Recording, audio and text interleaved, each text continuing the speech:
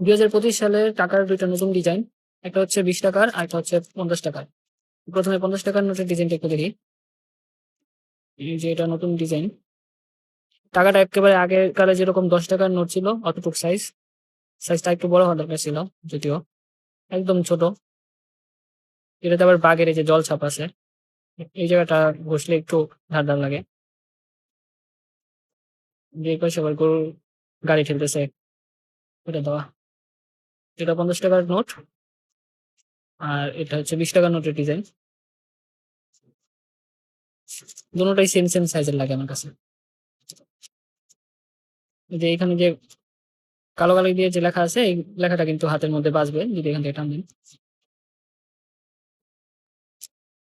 আর এটার মধ্যে সাইডে কোনো ধার ধার কোনো ই নাই, টেক্সচার নাই, একদম সিম্পল।